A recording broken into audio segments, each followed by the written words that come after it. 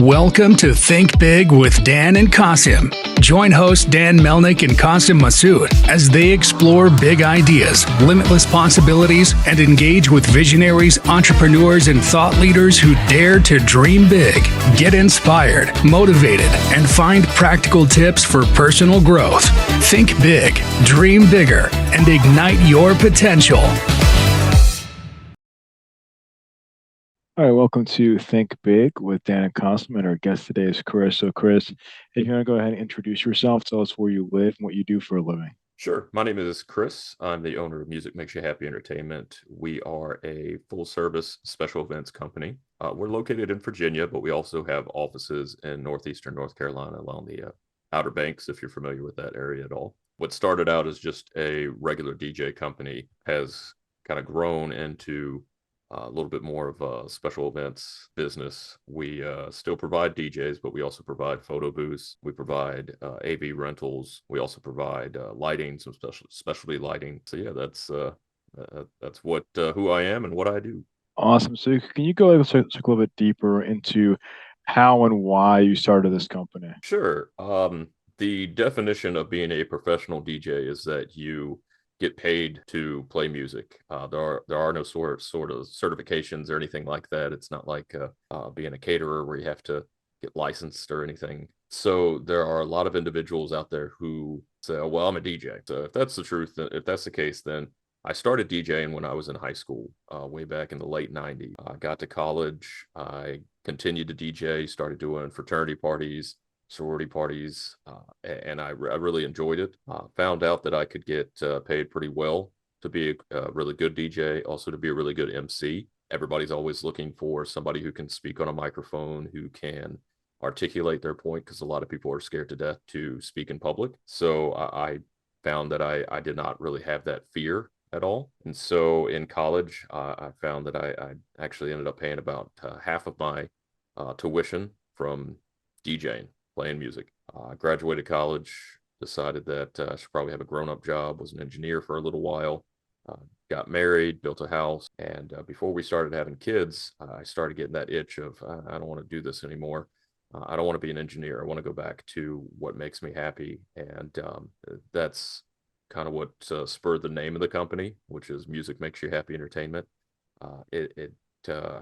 My wife, I guess we were still in the honeymoon phase, or I should say she was still in the honeymoon phase, because she fully encouraged me to follow that dream. So I quit my job and knew that if I had a safety net, that this company would always be a side project or a side hustle. And I didn't want it to be that. I wanted it to be my full-time job. I wanted to eventually have employees, and I wanted to make it something really special. I saw that there was a need for it in our market, for somebody who took the occupation of playing music at weddings a little bit more serious than just the guy who has some speakers in the back of his car and shows up to an event 15 minutes early in jeans and a t-shirt and says that he's your DJ. I take it a little bit more serious than that. I'm a little bit more hands-on. So in 2011, I started Music Makes You Happy Entertainment, and started growing pretty quickly.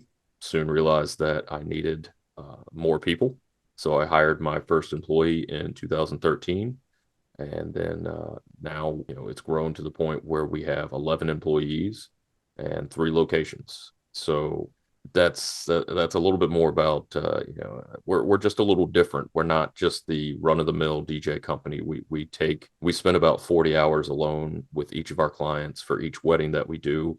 We have corporate clients who have been with us for years and years and years because of the amount of dedication we put towards their event, and we truly do shoot for perfection when it comes to event. That's awesome. And I love how you said that you quit your job because you understood the importance of going all into something. That's something I talk about all the time on this show, because it's like a lot of people are, entrepreneurs or entrepreneurs or whatever phrase that, you want to use, but it's a different level of dedication. And I think when you quit your job and go all in, like there's no other choice. Like you're in it to be successful. And can you just talk a little bit more about that? Because I'm sure it wasn't easy. I know, like you said, that your wife was encouraging you and helping you out at the time, but it's like to actually make that jump and do that. Like, what did that look like for you? It wasn't easy. It was a whole lot of sleepless nights. It is, there's nothing that pushes anybody more than knowing that your mortgage is coming up in a couple weeks and looking at your bank account and realizing that those two numbers don't add up, and this something needs to happen, and we need to figure out what I need to do. And it was taking any gig I could find, any job, no matter how small. I remember I played a bar one night. I'm not a bar DJ. I know that might sound weird, but I'm not. That's not my forte. But I played this bar. It was a dive bar out here in the country, and I literally played for dinner. I played for 4 hours, and I got a cheeseburger because the bar told me at the end of the night, they were like, "Oh, we just didn't have enough patrons. We didn't bring enough people in. Here's a burger." And those situations can be humbling. They can be discouraging. But something inside of me just said, there's a light at the end of this tunnel. If I can just continue to persevere and push through it, then I should be where we want to be, and where I want to be is ever evolving. But it's back then it was hard. Like, and you got to have a stomach for it. You can't.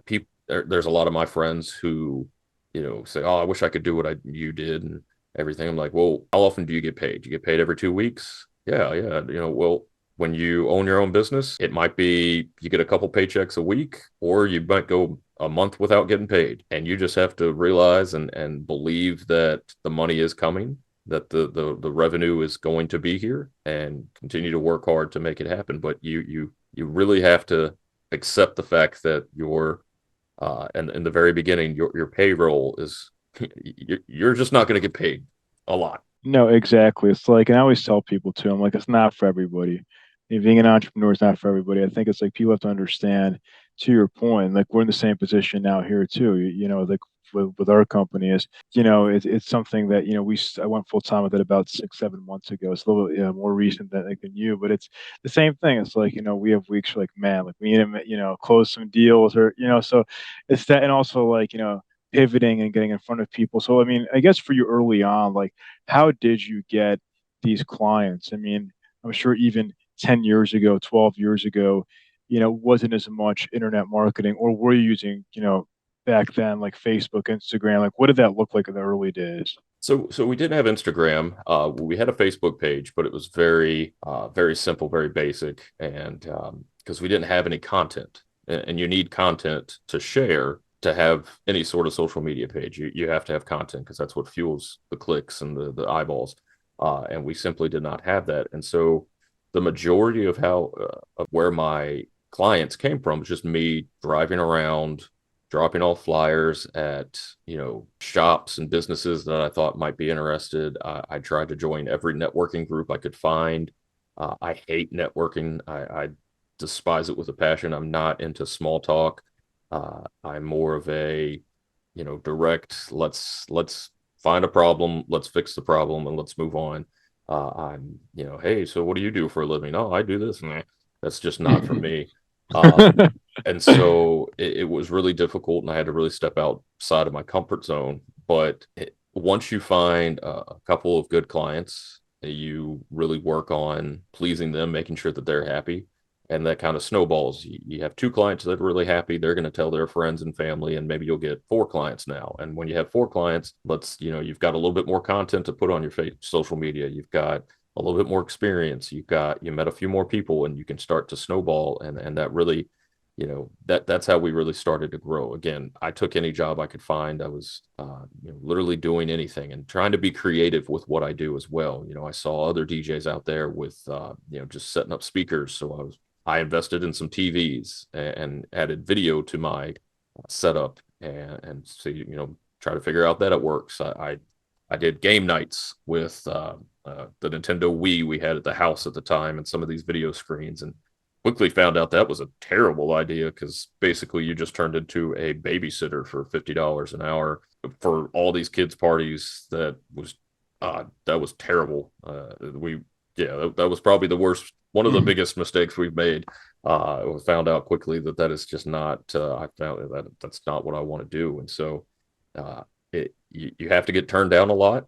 You have to you have to get a really thick skin. You have to realize that every time you meet anybody, it's an interview, and you are interviewing for a job that you may or may not even know that's there.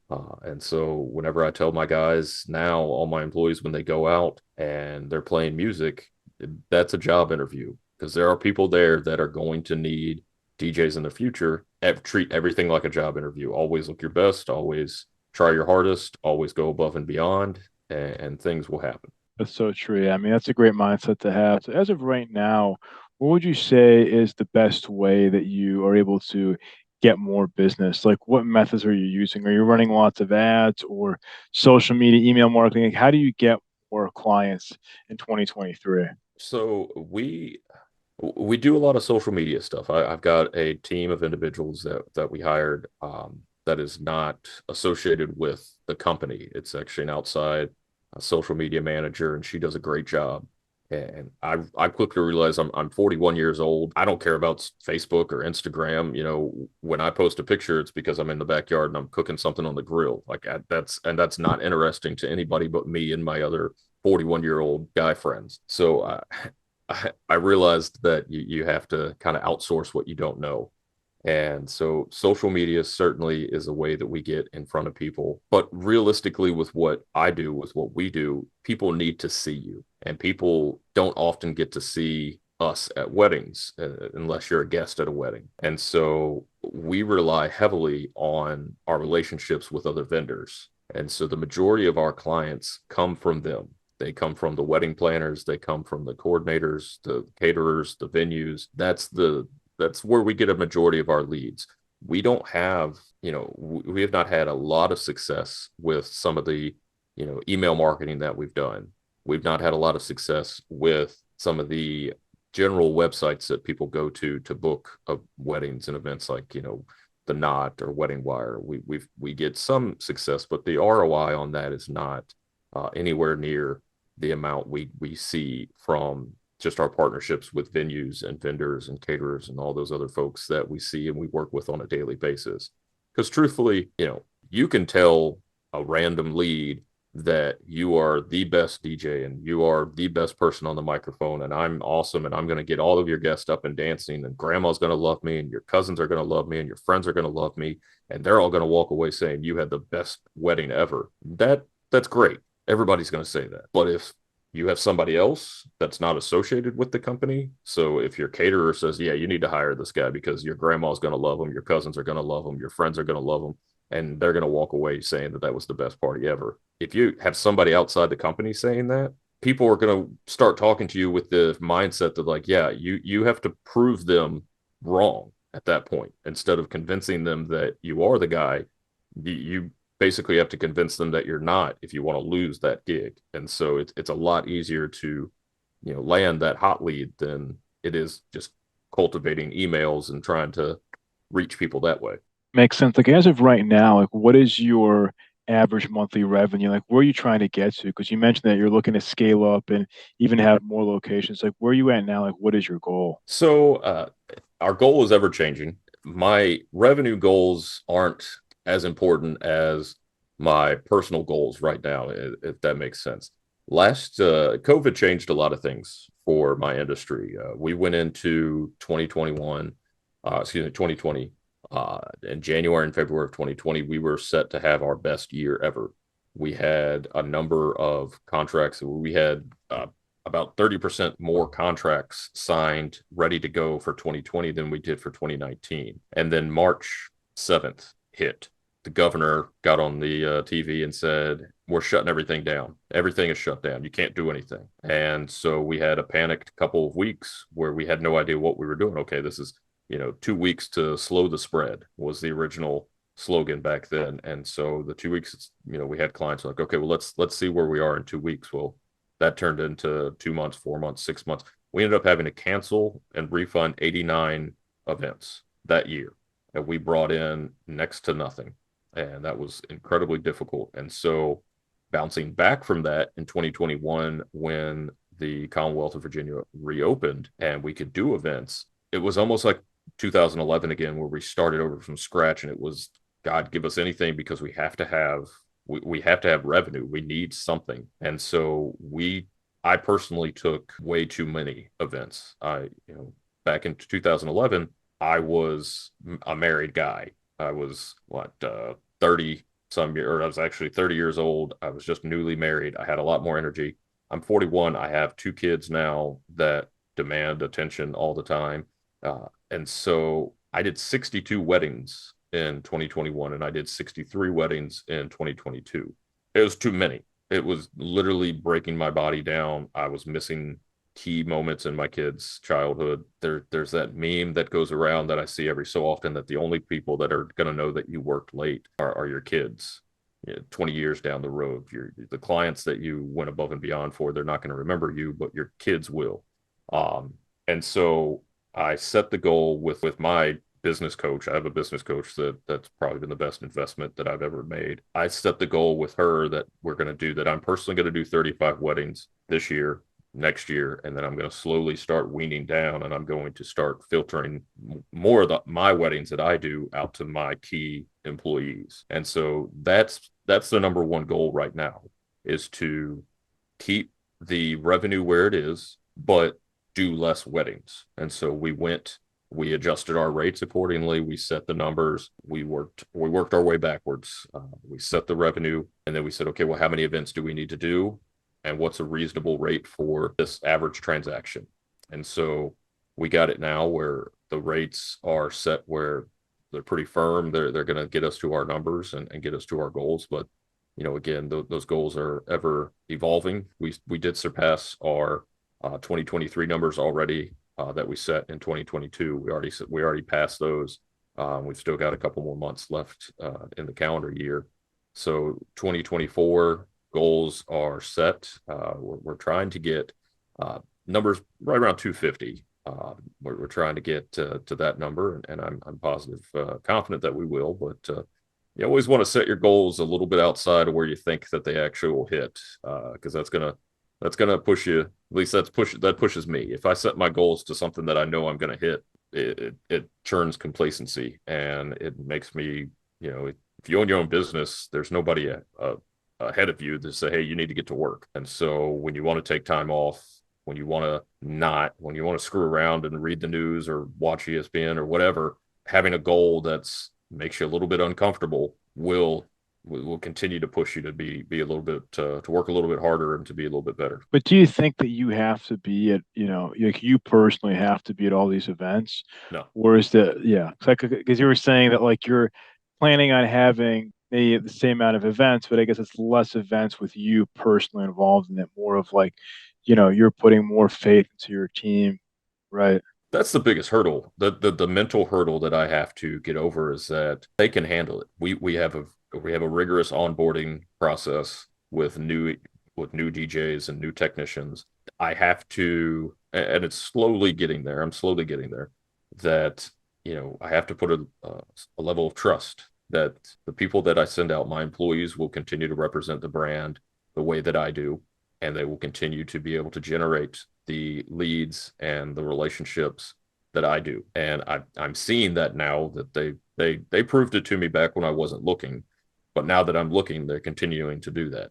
And so I know that I can personally take a step back and rely on them, but it's still mentally difficult for the guy who started the company, who's done this all his life, that to say, okay, well, you can book me or you can book somebody else. It's still hard to take that step back. Yeah, I think it's something that we talk to like a lot of founders about, and delegation is always a big challenge, because it's like at the end of the day, no one's going to be as good as you, but it's like the scale is like, okay, like, people you hire can be 70-80% as good as you, which is still pretty good. But it's a big pain point for lots of founders. Yeah, and that's exactly it. They might be 80% of what you are. And so that is reflected in the rates as well. And so we recently started charging a premium if you want to hire me as your DJ and your MC. If you can hire somebody else in the company. We have individuals who hire me and say, well, I know that I want you and I'm willing to pay the extra. But there are other individuals who say, you know what, I trust that you've trained these guys well. Your rate doesn't fit into my budget, but your brand carries that reputation that I trust that these guys are 80% of what you are. And if 80% is good enough for them, it's good enough for me. And that's perfect. And I want to take a step back, because I want to work on my business. I want to work on this business not just for this business, because ultimately one day it'd be great if I could, sell it. It would be great Right. if I could say, hey, I want to retire and no longer do this, and here are a stack of employees and contracts, and let's sell this thing. Makes sense. So now in 2023, there's a big movement in business world of using AI. So are you incorporating that in your business? And if not, like what are some of the use cases that you see in the industry where AI can come into play?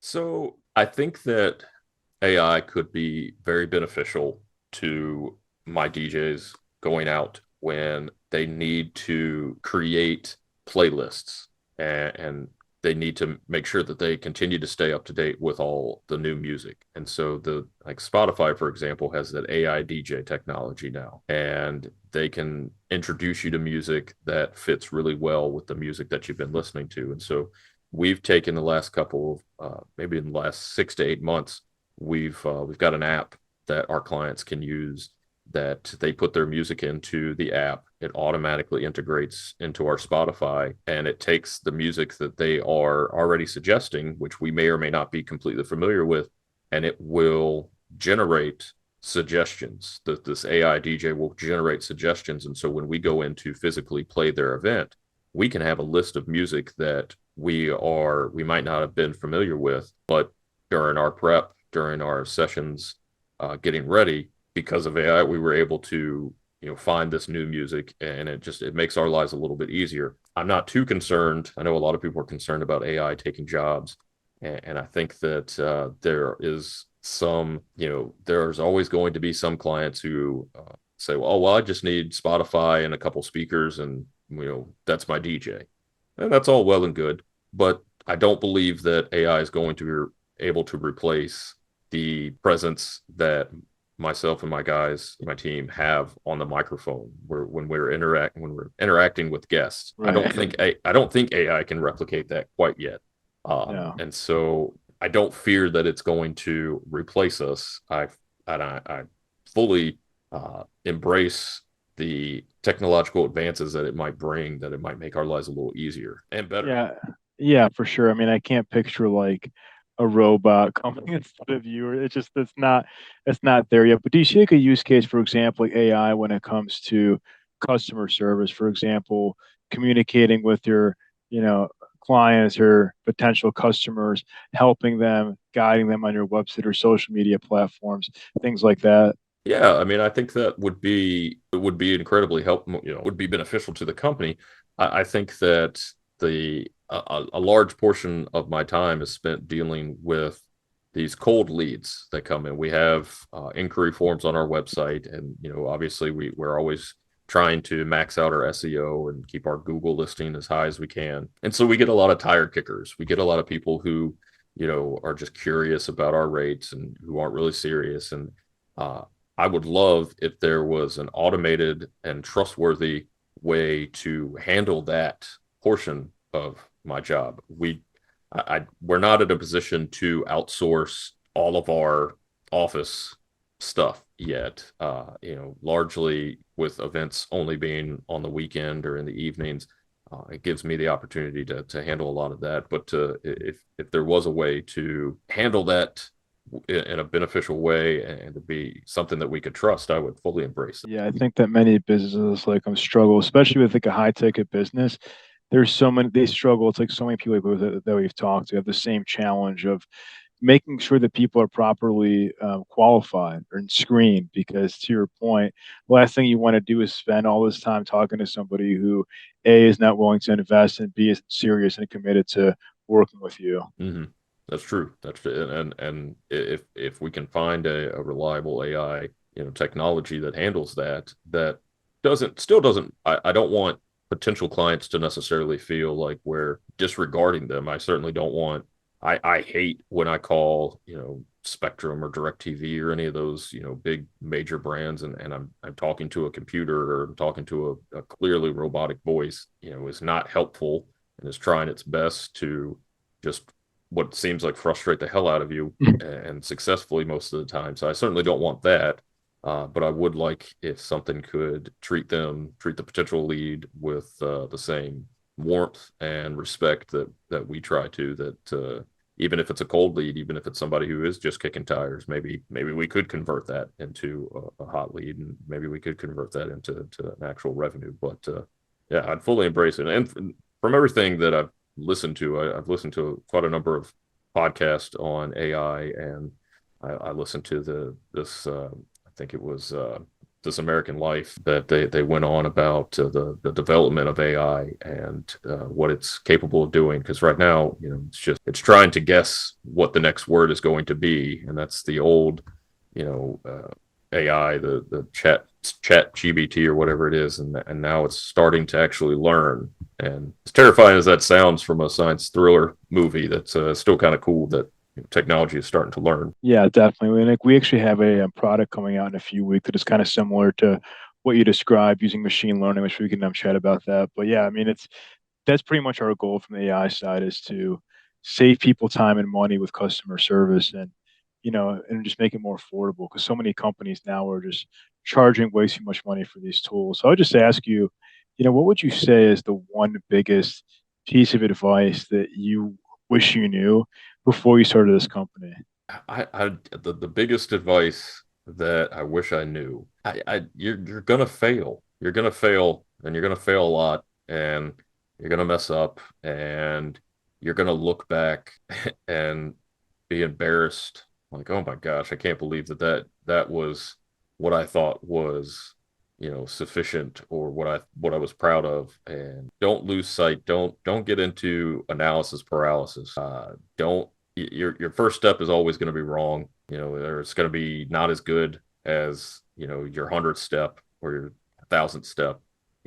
But your first step is the biggest one, and you need to do it. And even if it's not perfect, even if it's not great, do it, and you'll learn and you'll get better. Makes sense. So if somebody watching this wanted to reach out to you, do you mind sharing your website or social media handle, just best ways to get in contact with you? Sure. Our website is musicmakesyohappydj.com, or they can go to mmyhdj.com.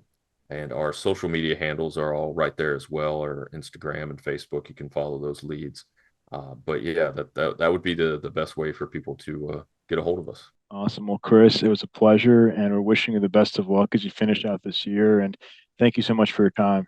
Thanks, man. It was nice meeting you. Thanks. All right. Thanks. Bye.